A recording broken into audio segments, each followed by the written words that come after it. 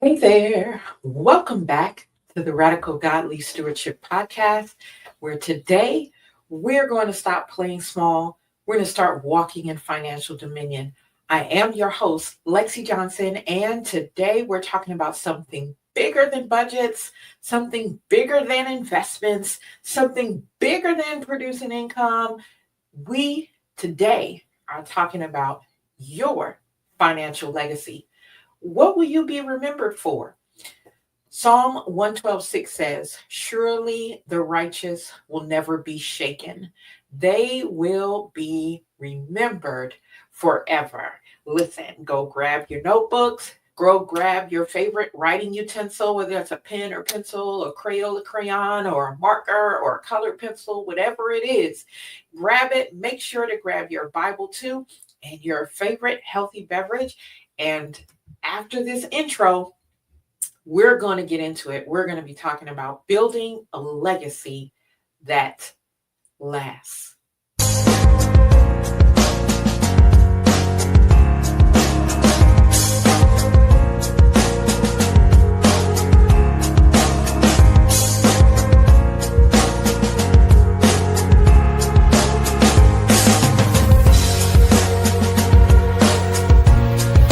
Hey there, welcome to Saving and Investing. And I'm 1 Corinthians chapter 4, verse 1 and 2. Saying that finances are not a set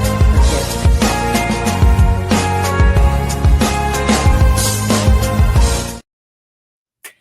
Now, I'll be liking this little song. Now, I don't know if y'all like it, but I'll be liking it. I'll be back here dancing. Anyway, hey there, welcome. Welcome to the Radical Godly Stewardship Podcast. And as we get started today, I just want to let you know that I am so glad you're here. In fact, I would love it if you would just drop a hello or I'm here or something in the comments so that I can acknowledge your presence. Thank you for taking time out to join me today. And one other favor I'm going to ask of you is if you like the show, would you share it out? Okay. And if you've watched me before and you come back over and over and over and over again because you love the content, go ahead and share this out. Okay. Go ahead and share this out. So today we are talking about building a legacy that lasts, building a legacy that lasts. So let me be clear. Let me be clear from the gate. Your financial legacy isn't just about money.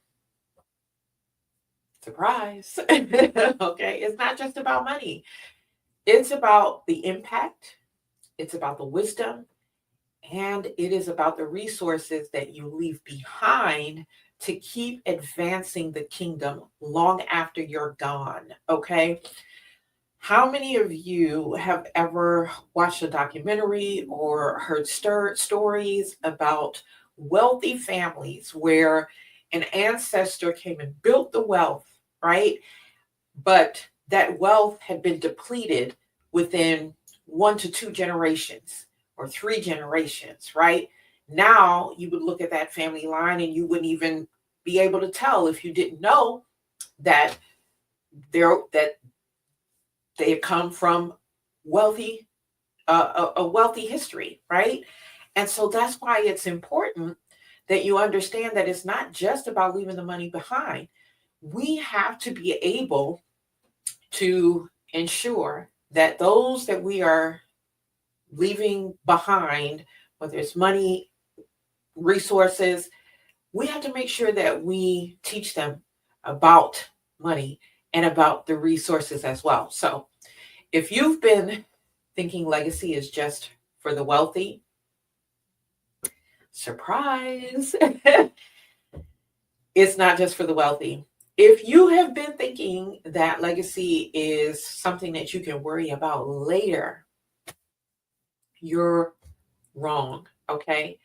Legacy is something that starts right now.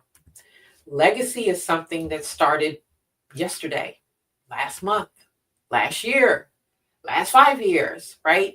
Because part of legacy is the decisions that you are making now the actions that you are taking now that are going to have an effect that is far reaching into the generations coming behind you, right? So let's, get that straight, that it's not just for the wealthy. It's not to worry about later, that it starts right now.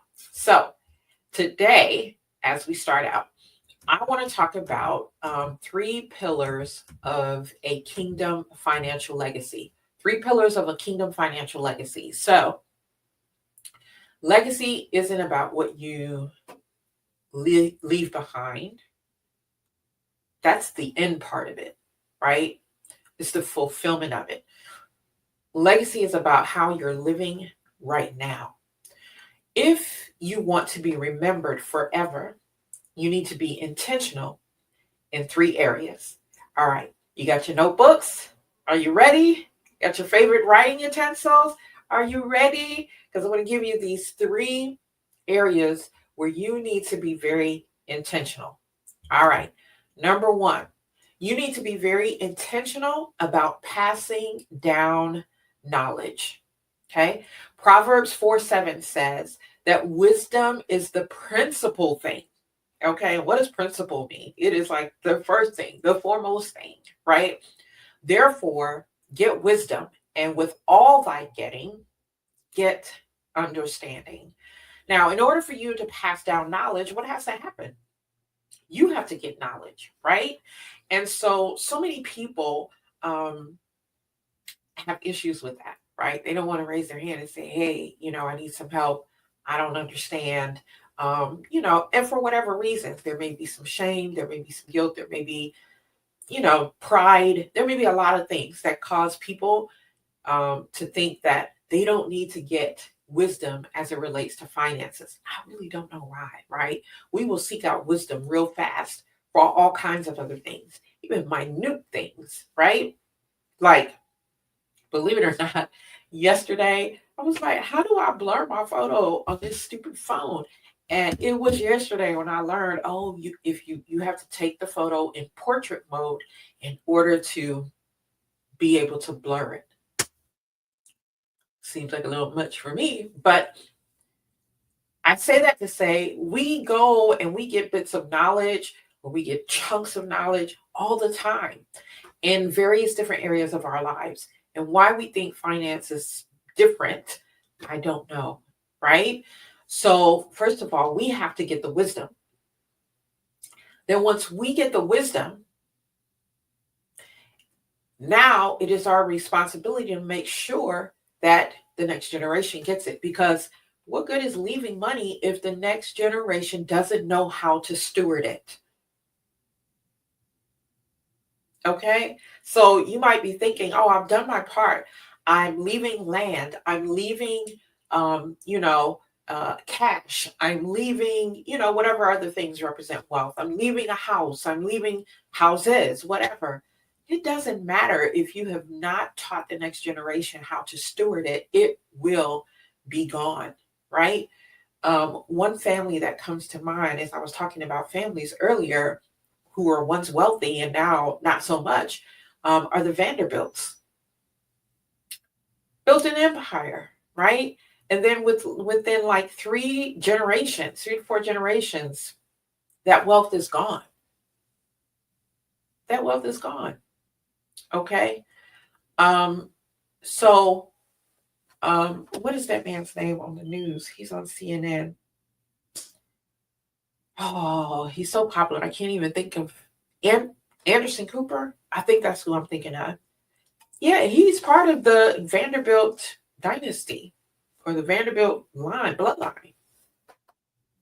You would know.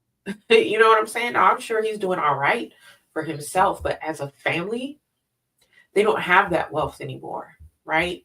All right. And so if you're watching and you saw the lighting, the light here is like on a timer. I can't do anything about it. I'm not going to get up and go, turn it back on. So it is what it is. I think you guys can, see me pretty well.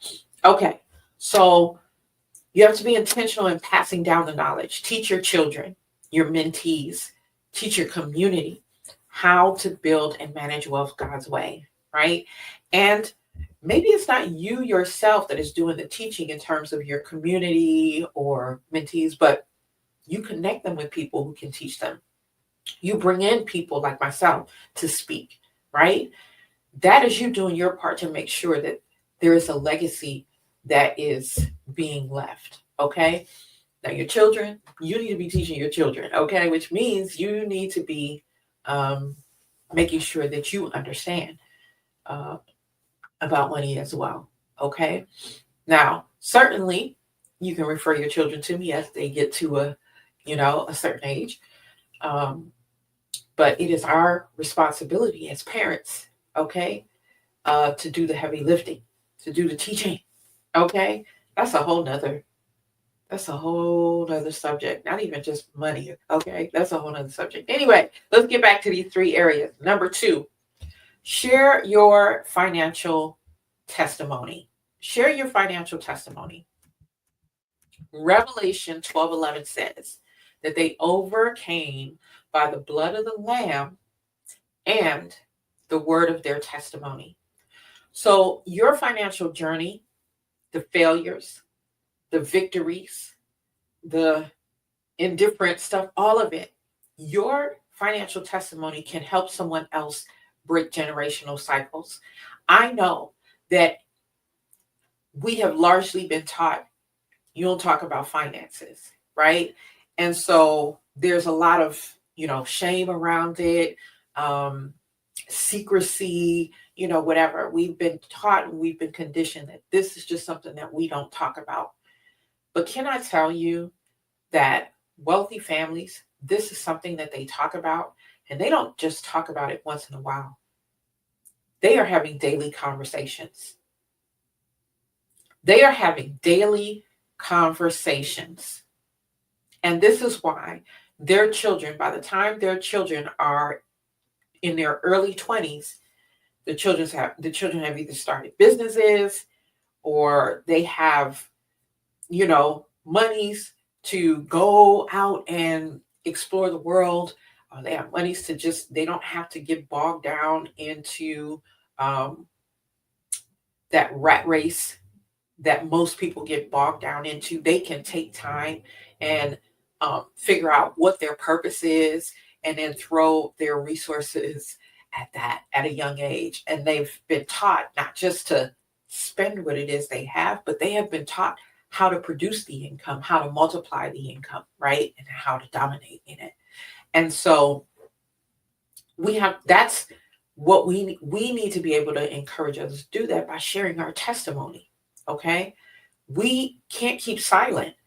We got to get over the shame, right? There's shame because the society has said that, oh, shame is associated with these happenings, with these behaviors. Oh, you filed a bankruptcy, shame, shame, shame. Oh, you've, had a foreclosure. Oh, shame, shame, shame, And so we tend to hide all of this stuff. We don't talk about it.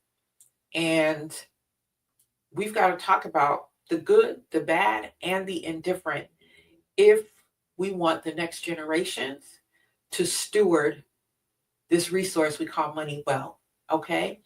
So don't keep silent about what God has done financially in your life. Listen, to talk about God bringing you from a place of filing bankruptcy or overwhelming debt or whatever the situation is to where you are now. And even though you may not be where you want to be, if there has been progress made, we've got to speak on that. We've got to speak it. We've got to document it. We've got to pass it on. Now, my good friend, Elder Joan T. Randall, always talks about, because she is a publisher, right? And she talks about how important books are to legacy, to write things down. And so if you have a book in you about it, write about it. But you don't have to do a book necessarily, but you can keep a journal of your financial journey. You can, share about it like this on video. There's so many ways, right, that you can document your journey so that the generations after you have it and they know. So a lot of times we tend to notice people once they've already so-called made it, whatever that means, right? But we don't understand, or we don't know what it took for them to get there, because that journey is never articulated, right? Very few people articulate the journey. Very few people are going to talk about, hey, I was homeless before, blah, blah, blah. I was this before. But I'll tell you what, wealthy people don't have any problems sharing that stuff. They don't.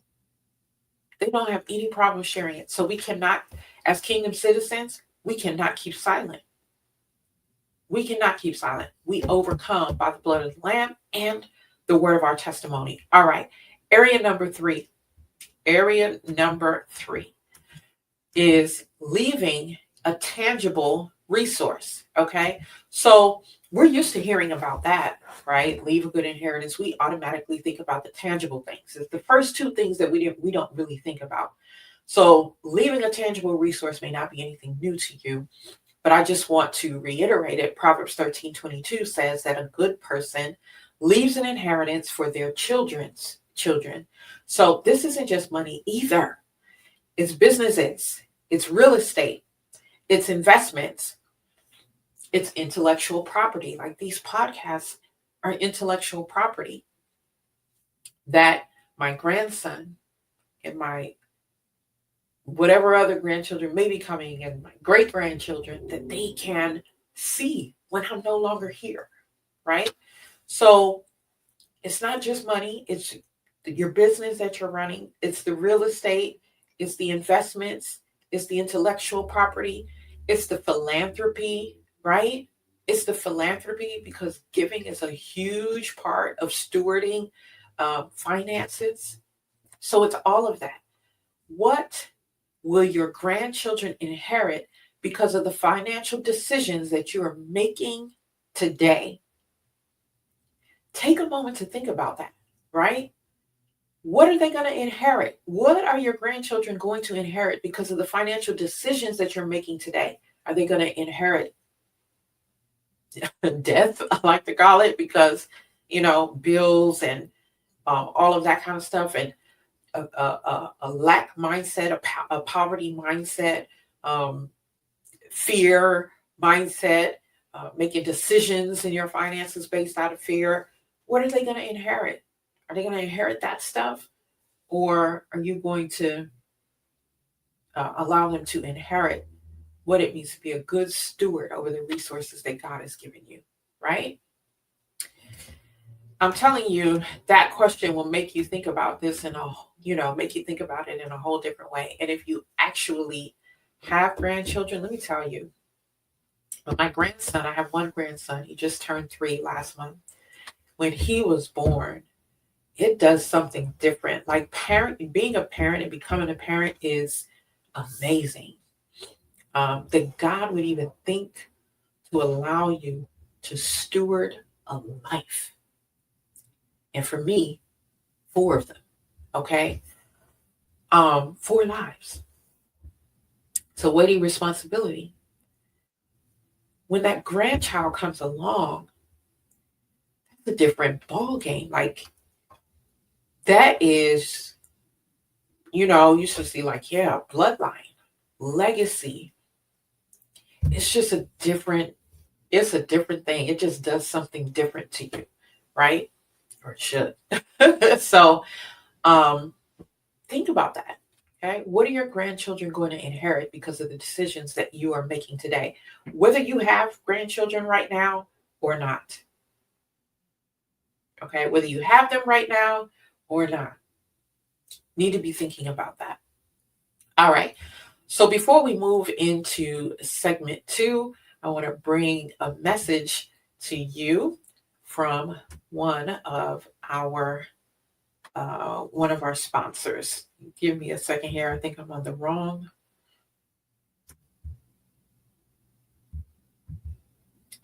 Now that just isn't.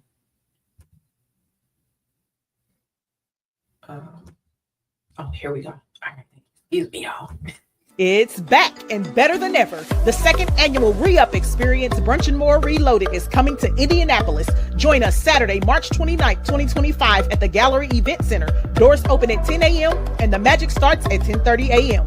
This year's theme, Thrive in 2025. Rock your jeans, tees, and bling while connecting, mingling, and enjoying interactive activities and giveaways galore. Your host, the powerhouse Michelle P. Jones, multi-award-winning author, speaker, and entrepreneur, bringing her signature energy to inspire you to thrive all year long.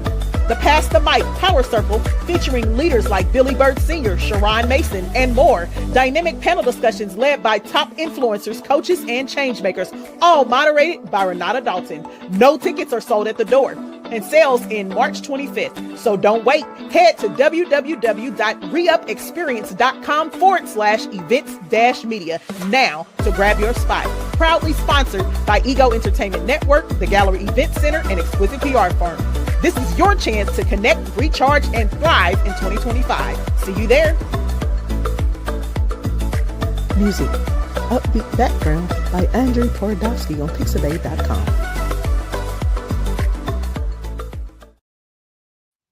All right, the Re-Up Experience by Ego Entertainment Network. Listen, if you're in Indianapolis or the surrounding areas, you don't want to miss that. You want to be there. It's going to be a day just full of wisdom, full of nuggets. You're going to leave inspired to do even bigger and better things in your businesses, in your ministries, in your community.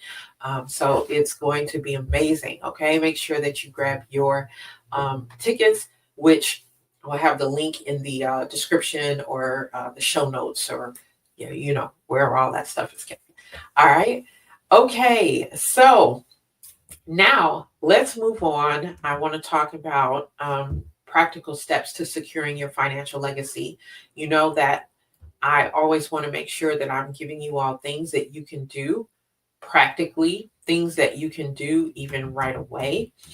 And especially when it comes to building a legacy, too many people want to wait until they're old to think about legacy.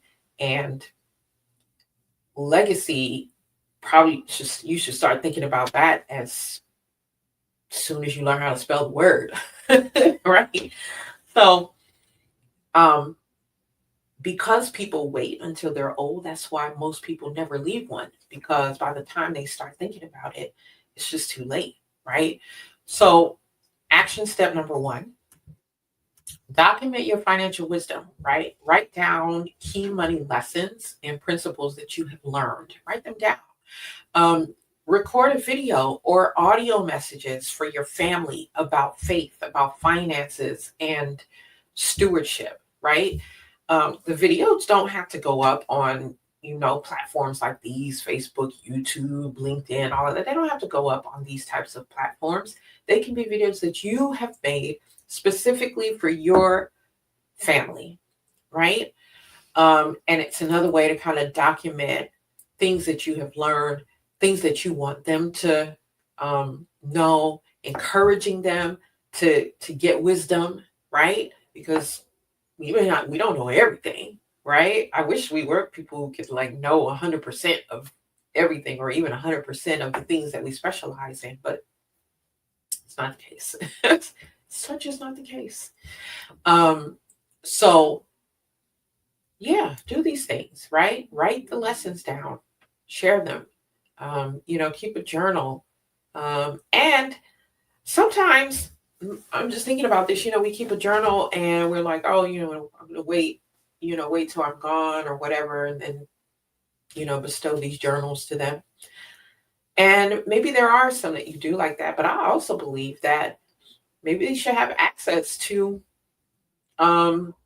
your journals while you're still living, right? There may be a point in time when they are going through something, and maybe whatever you have written in a particular journal is relevant to what they're going through at that moment in time.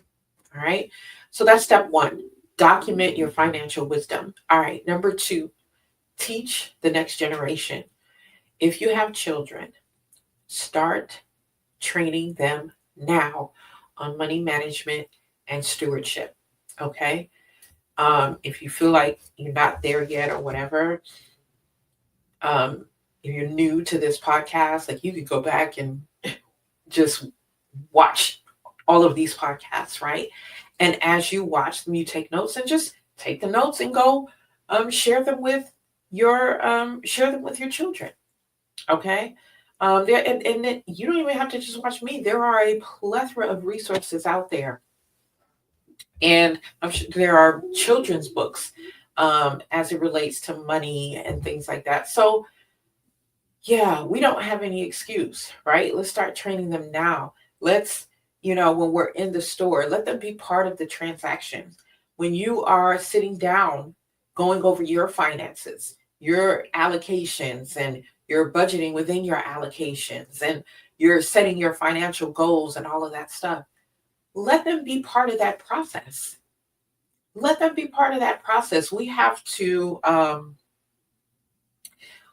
dispel that notion that this is something that we don't talk about, right? I have seen where family members pass on, and because these are things that they didn't talk about, it wasn't even that they didn't leave anything. The family was left behind, didn't even know how to get to it. They didn't know even know that there was, another investment account or checking account or something that was meant for them, or they don't have the passwords, or they don't have, I have seen it, and it is so sad, or they have an insurance policy, but they can't get to it because they don't know who it's held with. They don't know who the beneficiaries are. They don't know, so we can't do that kind of thing. We've got to begin talking about these things. In fact, with my oldest daughter, and there are certain things I think I'm going to make accessible to different ones based on their skills, because that's what the Bible does, right? According to your ability. But my oldest daughter right now currently has access to whatever I've got going on financially. She knows what credit cards I have, the balances, she knows what life insurance policies I have. She knows the stuff. And I'm not saying that she knows it off the top of her head. She knows how to access it.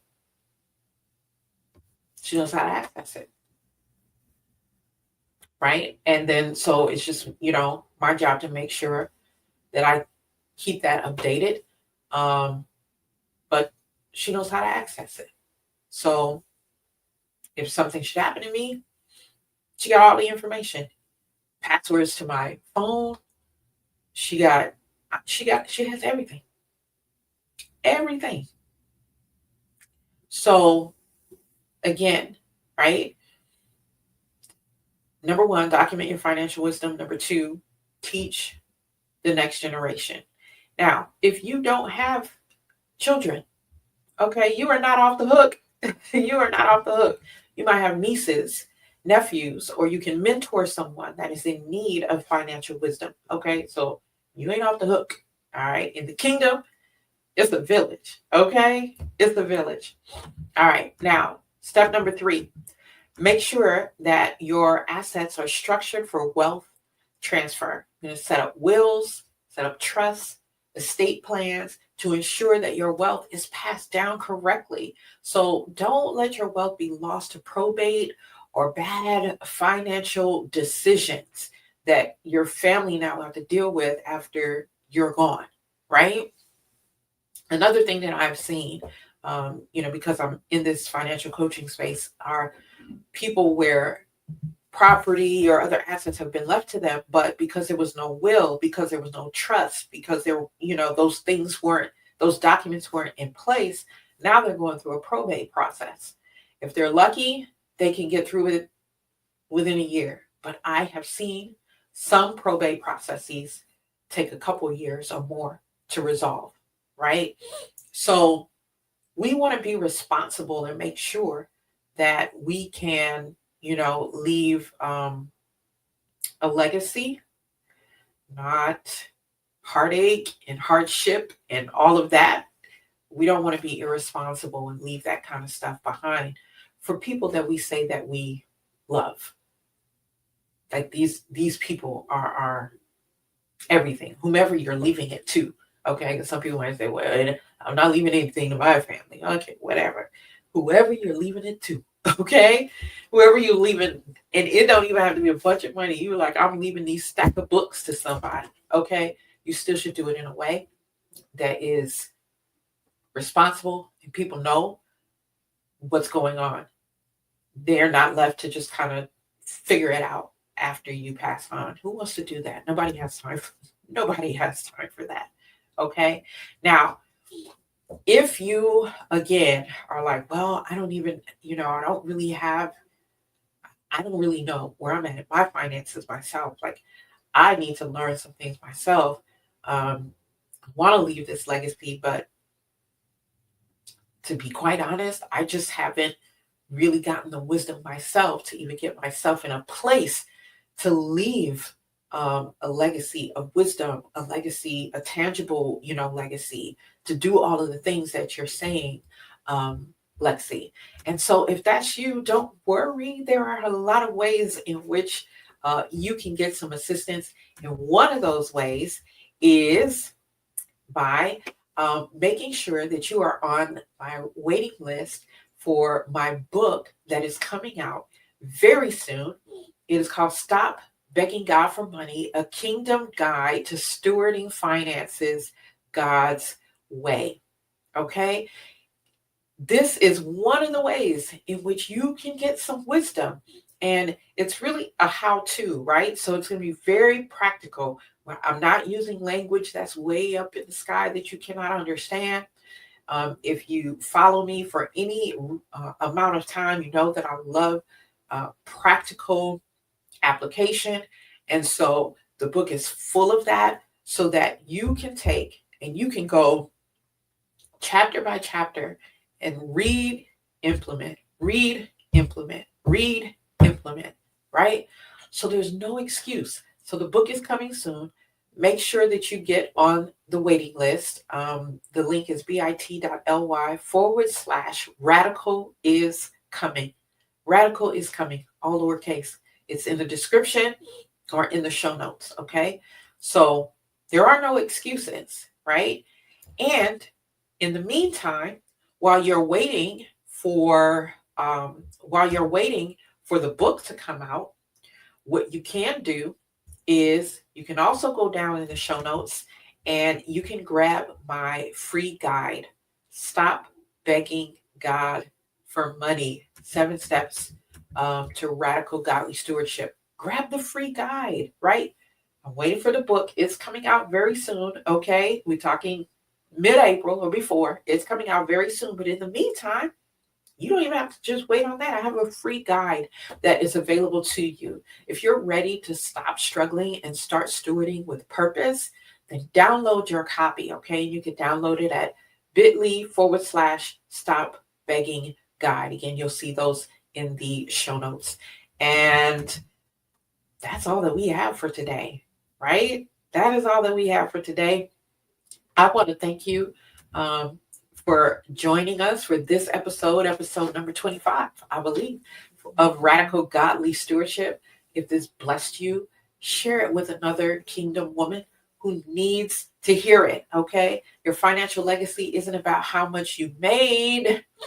It's about how much impact you've created. It's about what you have left behind that, people can put to good use, right? Will you be remembered for just making money, or will you be remembered for changing lives? Because as a kingdom citizen, that's what it's all about. It's about changing lives. So until next time, produce, multiply, and dominate.